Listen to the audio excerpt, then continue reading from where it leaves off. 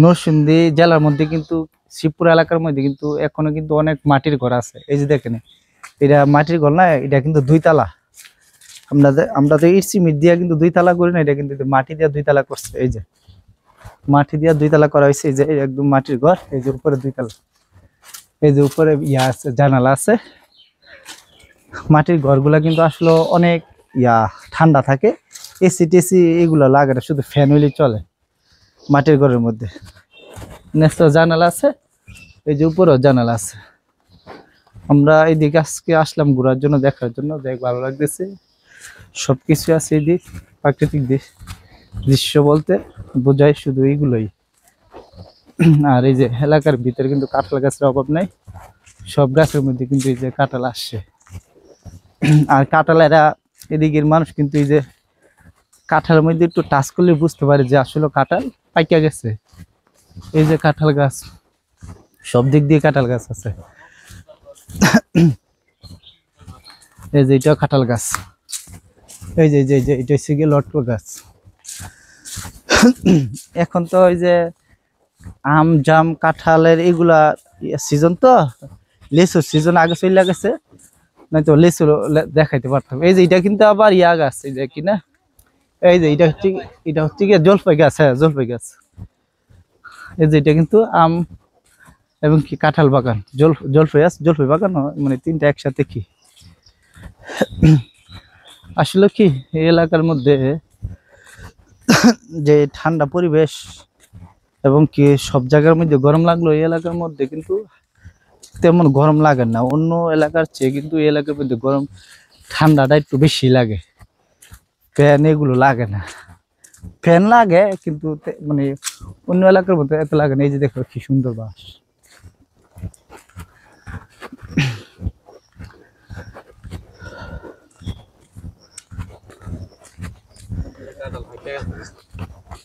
এটা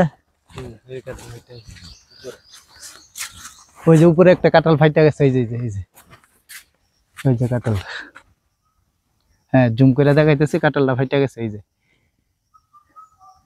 অনেক কাঁঠাল ফাইটা যায়, তো ফাইটা যাওয়া ভিডিও কিন্তু আগে আরেকটা দিছিলাম, ঠিক আছে।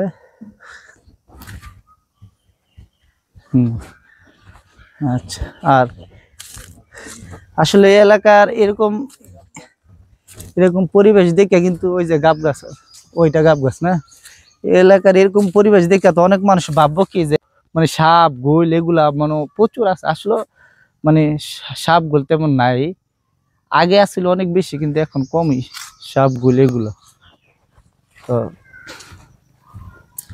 আমরা আজকে পুরাটা মানে পুরাটা না, যতটুকু পারি অতটুকু ঘুরা দেখবো যে কোন জায়গায় কি আছে না আছে।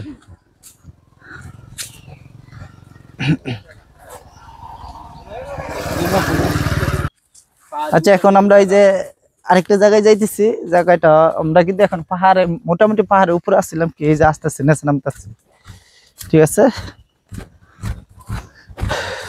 আর এইদিক কিন্তু এদিকের মাটি কিন্তু লাল, এই লাল মাটি দিয়ে কিন্তু অনেক কিছু করা যায়, ঠিক আছে।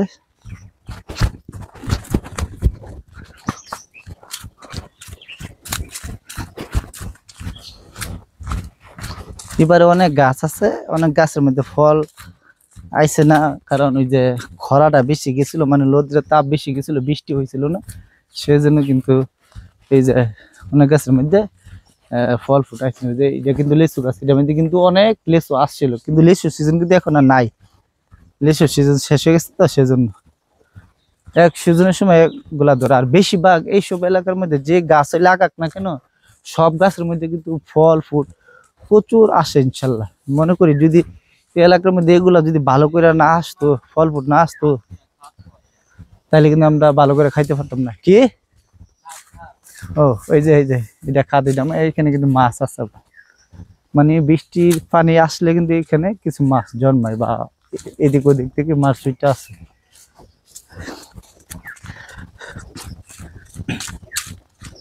মানে আমরা এদিক তো এটার বলি পুকুর না, এদিক বলে খাদ। এই যে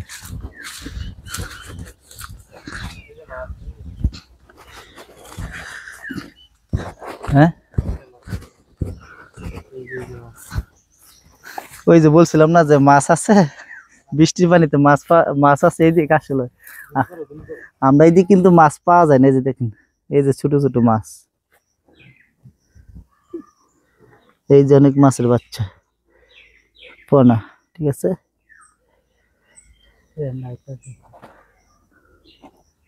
এই মাছগুলোই বড় হইব।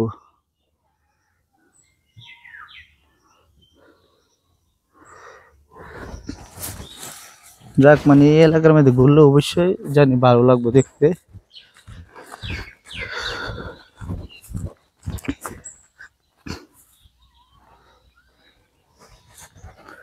ওকে, আল্লাহ হাফেজ, রাখলাম, সবাই ভালো থাকবেন।